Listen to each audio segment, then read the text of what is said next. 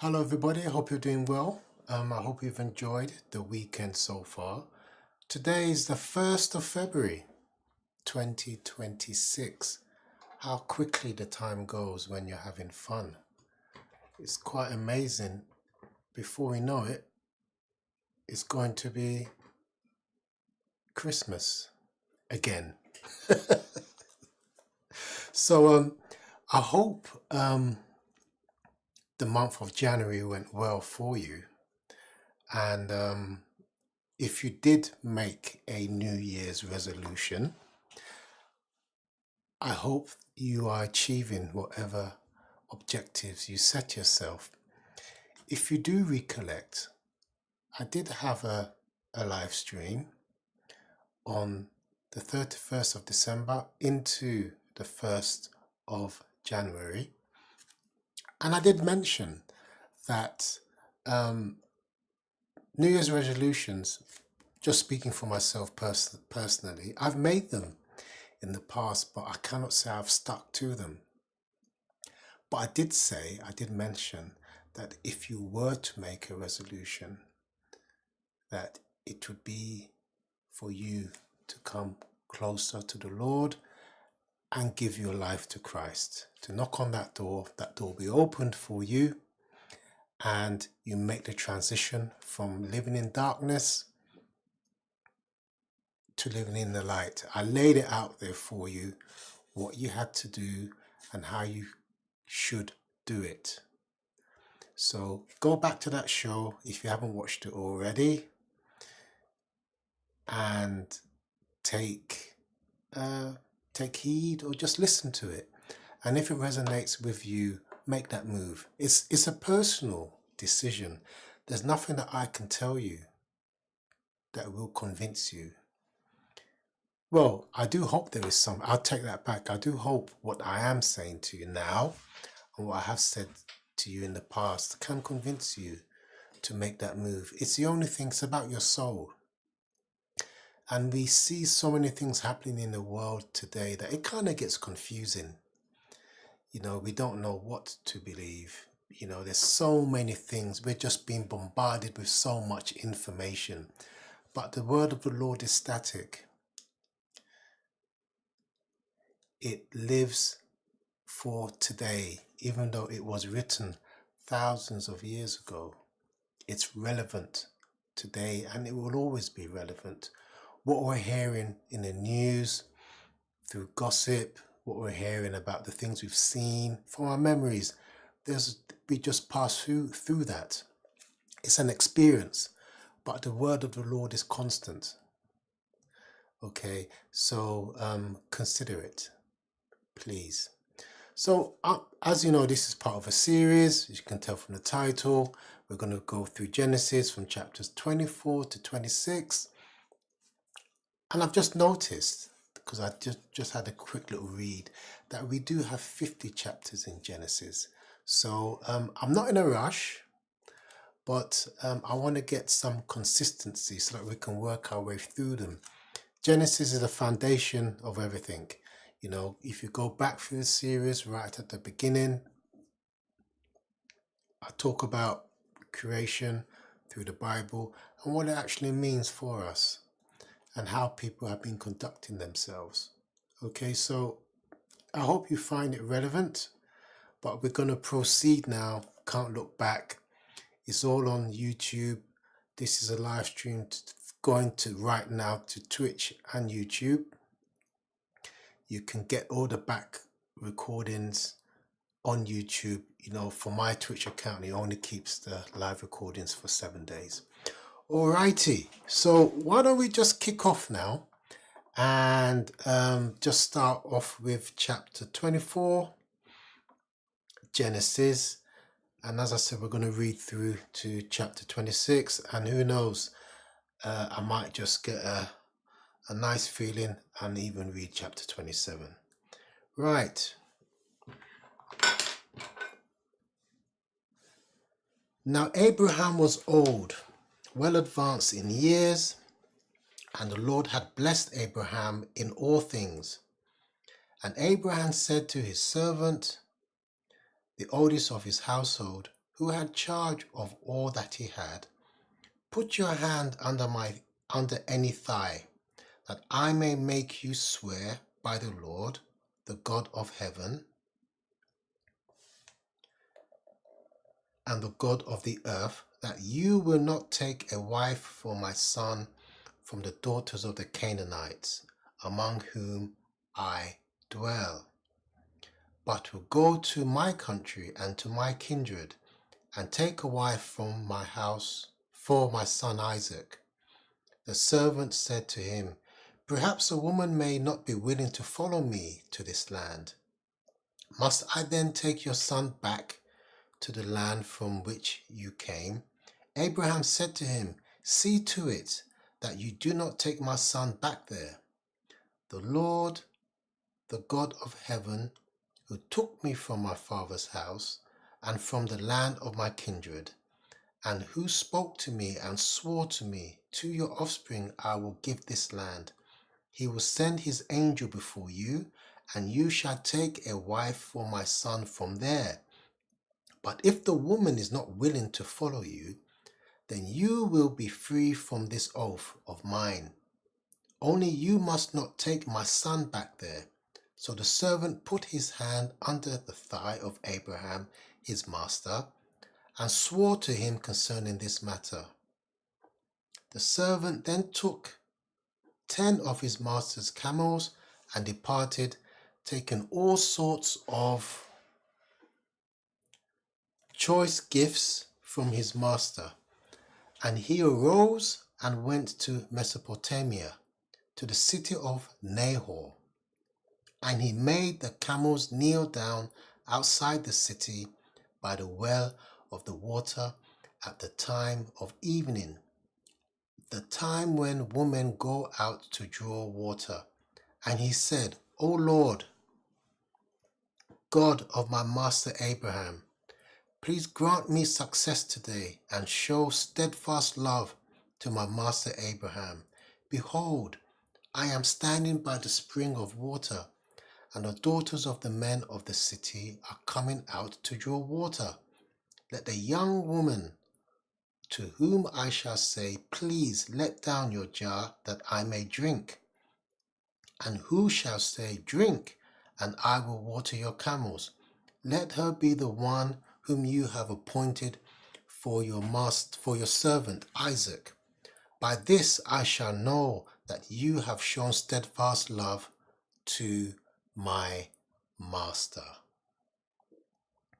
Before he had finished speaking, behold, Rebekah, who was born to Bethuel, the son of Milcah, the wife of Nahor, Abraham's brother, came out with her water jar on her shoulder. The young woman was very attractive in appearance, a maiden whom the servant ran to meet, a maiden who no man had known. She went down to the spring and filled her jar and came up. Then the servant ran to meet her and said, please give me a little water to drink from your jar. She said, drink, my lord. And she quickly let down her jar upon her hand and gave him a drink. When she had finished giving him a drink, she said, I will draw water for your camels also, until they have finished drinking. So she quickly emptied her jar into the trough and ran again to the well to draw water, and she drew for all his camels. The man gazed at her in silence to learn whether the Lord had prospered his journey or not. When the camels had finished drinking, the man took a gold ring weighing half a shekel, the two bracelets for her arms, weighing 10 gold shekels, and said, please tell me whose daughter you are. Is there a room in your father's house for us to spend the night? She said to him, I am the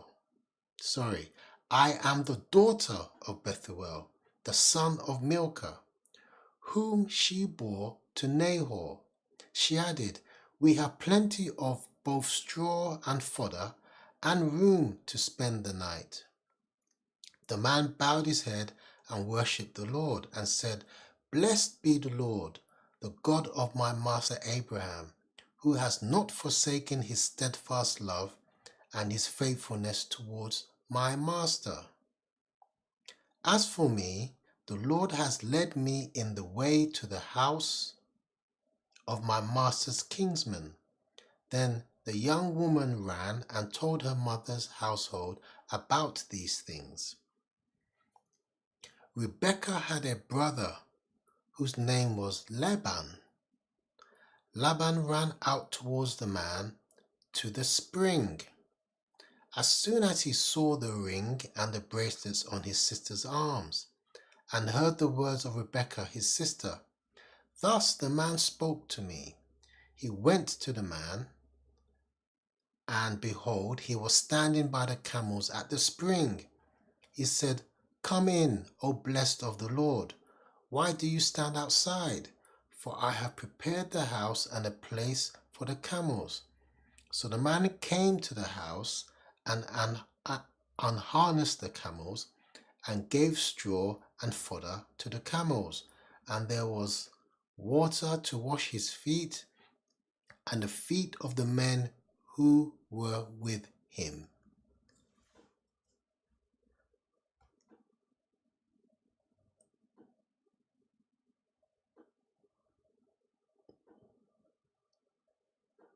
Just momentarily lost where I was there. Okay. Then food was set before him to eat, but he said, "I will not eat until I have said what I have to say." He said, "Speak on." So he said, "I am Abraham the servant. He said, "I am Abraham's servant. The Lord has greatly blessed my master, and he has become great. He has given him flocks and herds, silver and gold, male servants and female servants, camels and donkeys. And Sarah, my master's wife, bore a son to my master when she was old, and to him he has given all that he has. My master made me swear, saying, 'You shall not take a wife for my son from the daughters of the Canaanites, in whose land I dwell, but you shall go to my father's house and to my clan and take a wife for my son.' I said to my master, 'Perhaps the woman will not follow me.' But he said to me, 'The Lord before whom I have walked will send his angel with you and prosper your way. You shall take a wife for my son from my clan and from my father's house. Then you will be free from my oath when you come to my clan, and if they will not give her to you, you will be free from my oath. I came today to the spring and said, O Lord, the God of my master Abraham, if you are prospering the way that I go, behold, I am standing by the spring of water. Let the virgin who comes out to draw water, to whom I shall say, please give me a little water from your jar to drink, and who will say to me, drink, and I will draw for your camels also. Let her be the woman whom the Lord has appointed for my master's son." Before I had finished speaking, in my heart, behold, Rebekah came out with her water on her shoulder, and she went down to the spring and drew water. I said to her, "Please let me drink." She quickly let down her jar from her shoulder and said, "Drink, and I will give your camels drink also." So I drank, and she gave the camels drink also. Then I asked her, whose daughter are you? She said, the daughter of Bethuel, Nahor's son, whom Milcah bore to him. So I put the ring on her nose and the bracelets on her arms. Then I bowed my head and worshipped the Lord and blessed the Lord, the God of my master Abraham, who had led me by the right way to take the daughter of my master's kinsman for his son. Now then, if you are going to show steadfast love and faithfulness to my master, tell me, and if not, tell me that I may turn to the right hand or to the left. Then Laban and Bethuel answered and said, the thing has come from the Lord. We cannot speak to you bad or good. Behold, Rebekah is before you. Take her and go, and let her be the wife of your master's son, as the Lord has spoken. When Abraham's servant heard their words, he bowed himself to the earth before the Lord. And the servant brought out jewelry of silver and of gold and garments and gave them to Rebekah. He also gave to her brother and to her mother costly ornaments. And they arose in the morning, and he and the men who were with him ate and drank, and they spent the night there. When they arose in the morning, he said, send me away to my master. Her brother and her mother said, let the young woman remain with us for a while, at least 10 days. After that she may go. But he said to them, do not delay me, since the Lord has prospered my way. Send me away that I may go to my master. They said, let us call the young woman and ask her. And they called Rebekah and said to her, will you go with this man? She said, I will go. So they sent away Rebekah, their sister, and her nurse, and Abraham's servant, and his men. And they blessed Rebekah and said to her, our sister, oh, I do apologize, I got carried away there. And they said to her, our sister, may you become thousands of 10,000s, and may your offspring possess the gate of those who hate him. Then Rebekah and her young woman arose, and they rode on the camels and followed the man. That a servant took Rebekah and went his way. Now Isaac had returned from Beer-lahai and was dwelling in the Negeb. And Isaac went out to meditate in the field toward evening, and he lifted up his eyes and saw, and behold, there were camels coming. And Rebekah lifted up her eyes, and when she saw Isaac, she dismounted from the camel and said to the servant, who is that man walking in the field to meet us? The servant said, it is my master. So she took her veil and covered herself. And the servant told Isaac all the things that he had done. Then Isaac brought her into the tent of Sarah his mother, and took Rebekah, and she became his wife, and he loved her. So Isaac was comforted after his mother's death. I think so far this is the longest chapter I've read in Genesis. So far, I believe so. And it's quite interesting. There's really not much to comment here from my perspective, but if you do have any questions, please tell me. But it seems to me that, the time came for Isaac to have a wife. Sorry, is it Isaac? It's Jacob, isn't it? Sorry, the time came for Isaac rather to have a wife, and Abraham said, "I don't want him to marry these Canaanite people. I want him to marry from my kin." So he sent a servant to his hometown, and through prayer and guidance, Rebecca came forward and married Isaac. I do like the bit where the family said, "But why don't you just hang around for 10 days?" And the servant said, "What are we hanging around for? We've prayed to the Lord.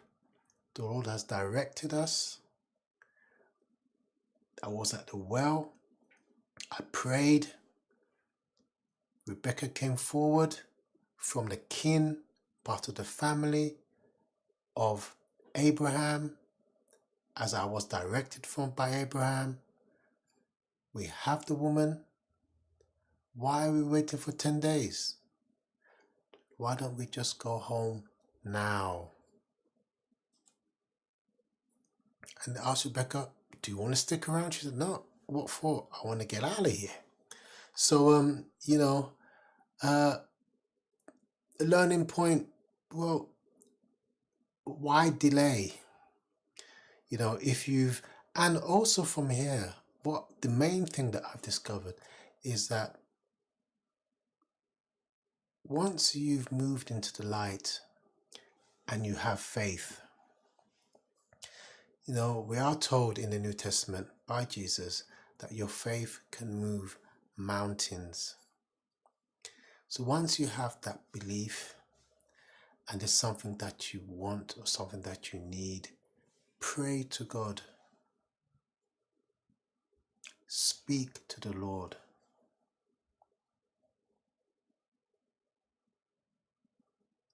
And wait for an answer. The Lord does know what we need, but it's better if we ask and we pray.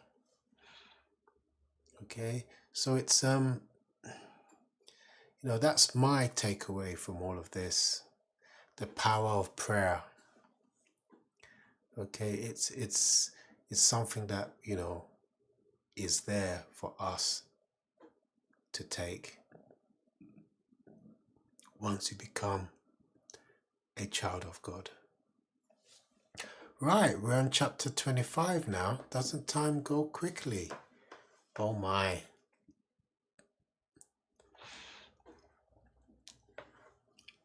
Abraham took another wife named Keturah, and she bore him Zimran, Joksan, Medan, Midian, Isbak, and Shua. Joksan fathered Sheba and Dedan, Eper, Hanok, Abida, and Eldar.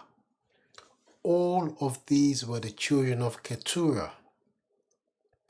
Abraham gave all he had to Isaac, but to the sons of his concubines, Abraham gave gifts, and while he was still living, he sent them away from his son Isaac eastward to the east country.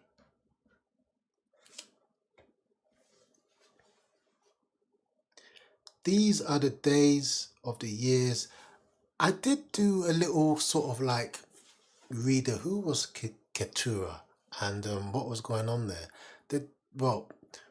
There's not much said in the Bible about her other than what I've just read, but there was a lot of commentary about her on the internet and quite a few videos on YouTube. So I wondered, where did they get all this information from?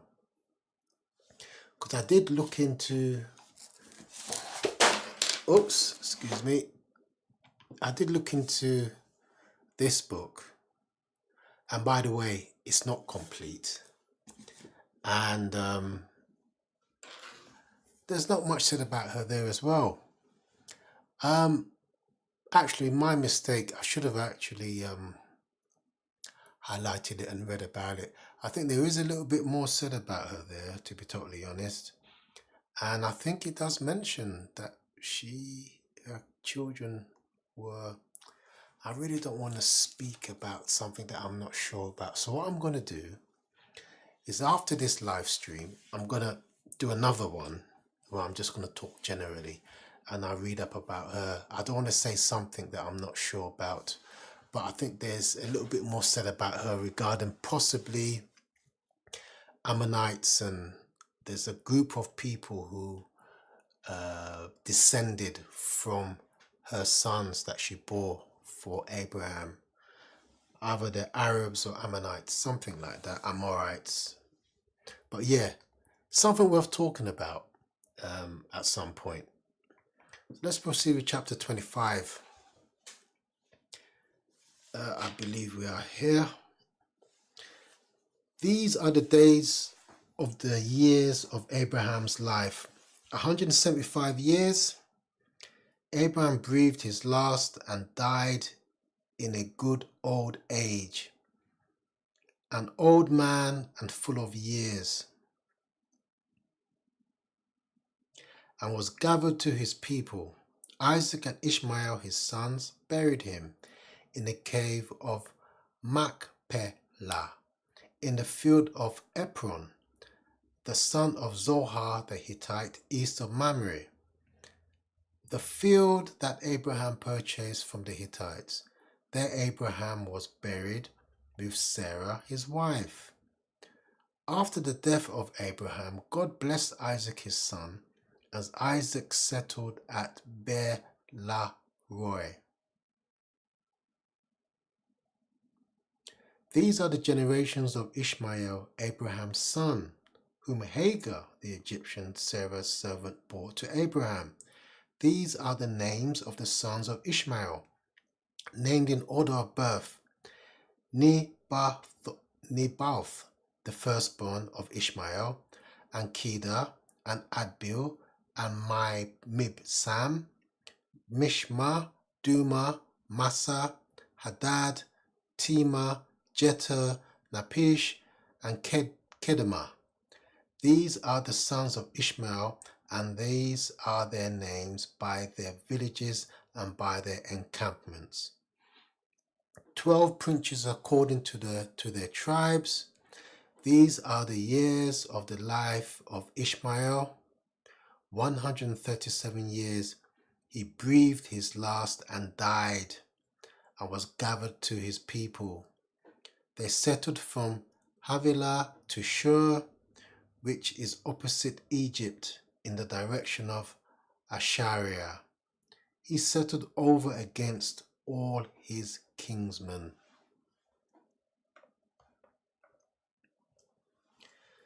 These are the generations of Isaac, Abraham's son. Abraham fathered Isaac, and Isaac was 40 years old when he took Rebekah, the daughter of Bethuel, the Aramean of Padan Aram, the sister of Laban the Aramean, to be his wife. And Isaac prayed to the Lord for his wife because she was barren. Funny how old a woman, because Isaac's mother was barren for a very long time, and now his wife Rebecca is barren as well. I wonder, that's interesting. Maybe as you read along something might crop up, but they're barren, and we know that Rebecca eventually had kids or had a child. So she had twins, didn't she? So that's interesting that they were barren to begin with, and then the Lord opened up their wombs. And the Lord granted his prayer, and there we go. Rebekah, his wife, conceived. The children struggled together within her, and she said, "If it is thus, why is this happening to me?" So she went to inquire of the Lord, and the Lord said to her, "Two nations are in your womb, and two peoples from within you shall be divided. The one shall be stronger than the other, and the older shall serve the younger." When her days to give birth were completed, behold, there were twins in her womb. The first came out red, all his body like a hairy cloak. So they called his name Esau. Afterward his brother came out with his hand holding Esau's heel. So his name was called Jacob. Isaac was 60 years old when she bore them. So they'd been married for 20 years with no issue. Can you imagine being married for 20 years and no child came out? So she was definitely barren. No question. So I don't see any, well, I cannot think of any reason why his mother and his wife were both barren initially. It's just the way that things were. I won't draw any conclusions from that. When the boys grew up, Esau was a skillful hunter. Oh, I do have one viewer on Twitch. I always like to welcome my viewers. It's such a joy and a pleasure that you're here to join me live. Be part of the family, be part of the congregation. It's really nice that we can share the word of the Lord together.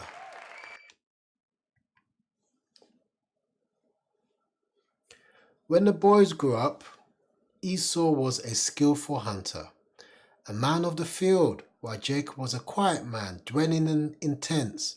Isaac loved Esau because he ate of his game, but Rebekah loved Jacob.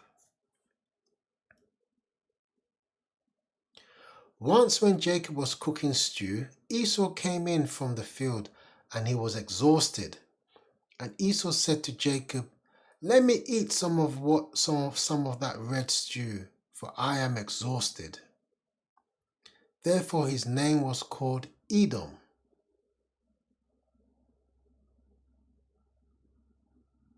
Let me read this again. This is interesting. Once when Jacob was cooking stew, Esau came in from the field and he was exhausted. And Esau said to Jacob, "Let me eat some of that red stew, for I am exhausted." Therefore his name was called Edom. Jacob said, "Sell me your birthright now." Esau said, "I am about to die. Of what use is my birthright to me?" Jacob said, "Swear to me now." So he swore to him and sold his birthright to Jacob. Then Jacob gave Esau bread and lentil stew, and he ate and drank, and rose and went his way. Then Thus Esau despised his birthright. Well, that was cheap. As the oldest, I presume Esau was entitled to inherit everything as the oldest son. But I suppose it was down at the end of the day to his father, because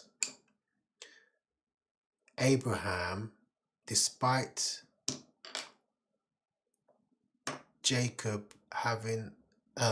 Isaac having an older brother, and for some reason Ishmael, he gave everything to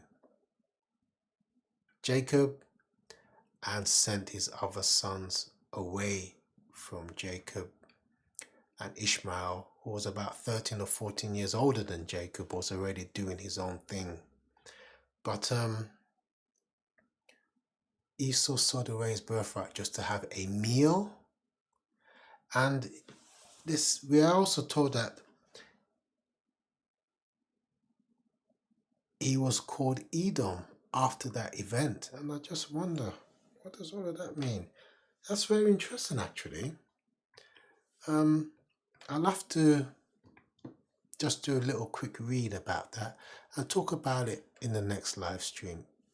It might be of some relevance. Who knows? Because I have heard a lot of talk about Edom and Edomites. In present day, there's quite a few. I do like to occasionally watch a few videos on YouTube, and they do mention Edom quite a lot in a negative light. So why don't I'm just going to do some research and see what that says, and I'll share my the results of that research with you. Wow.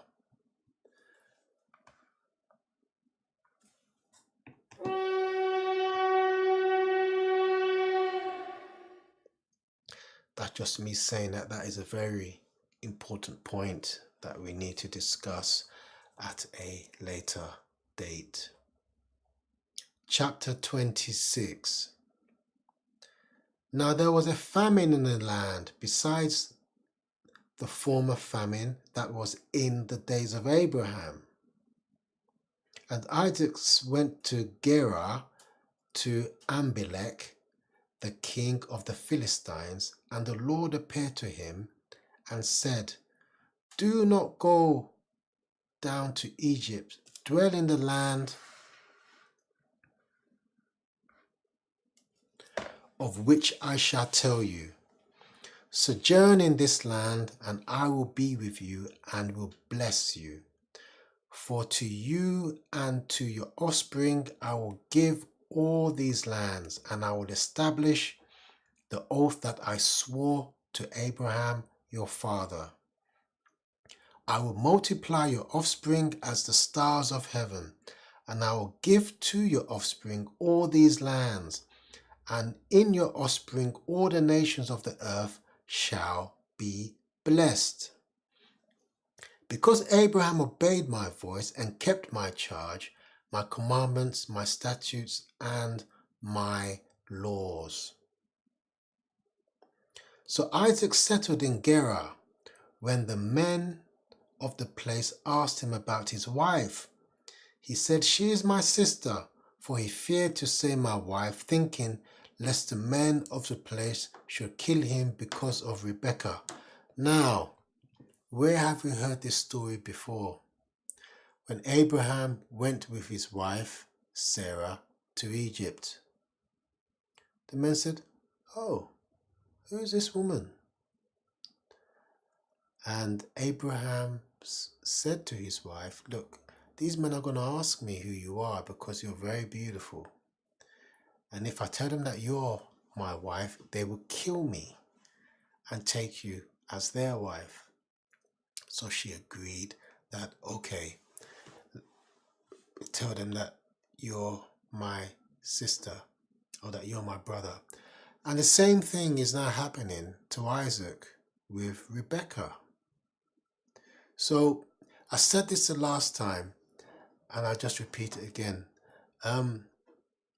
If you're going to a place, if you're moving to a place, you're going to be amongst certain people who are not your people, who you're not related to them, you don't understand their customs. It's always good to know what their customs are, written and oral, just to have an understanding of how you're going to relate to them. So this still resonates today in the world that we still live in. It's always good to understand the law and the customs of anywhere that you're going to, even if it's just for a holiday. Because sometimes you see these people, they're in a very, you see tourists go to a very conservative country, where it's part of their customs, where the woman, they're fully dressed.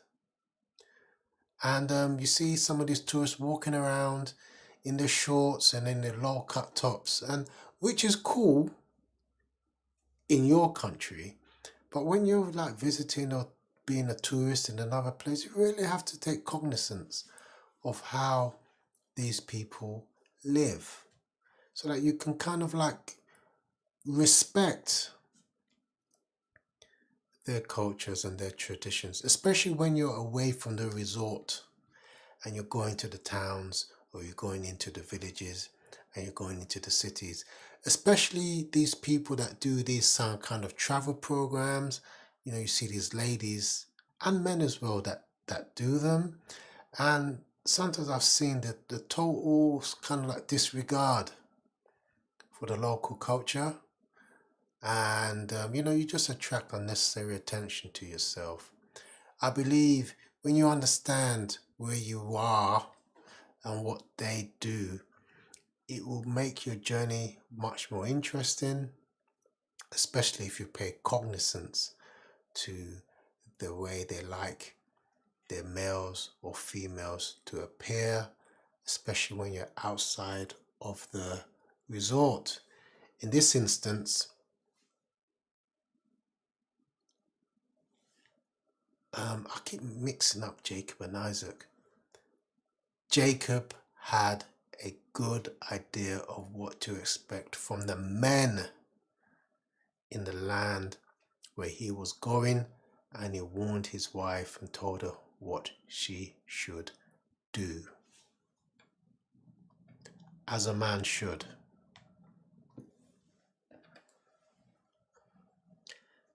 And Isaac, let's just get this straight. And Isaac sowed in that land and reaped in the same year 100-fold. The Lord blessed him, and the man became rich and gained more and more until he became very wealthy. He had possessions of flocks and herds and many servants, so that the Philistines envied him. Now the Philistines had stopped and filled with earth all the wells that his father's servants had dug in the days of Abraham his father.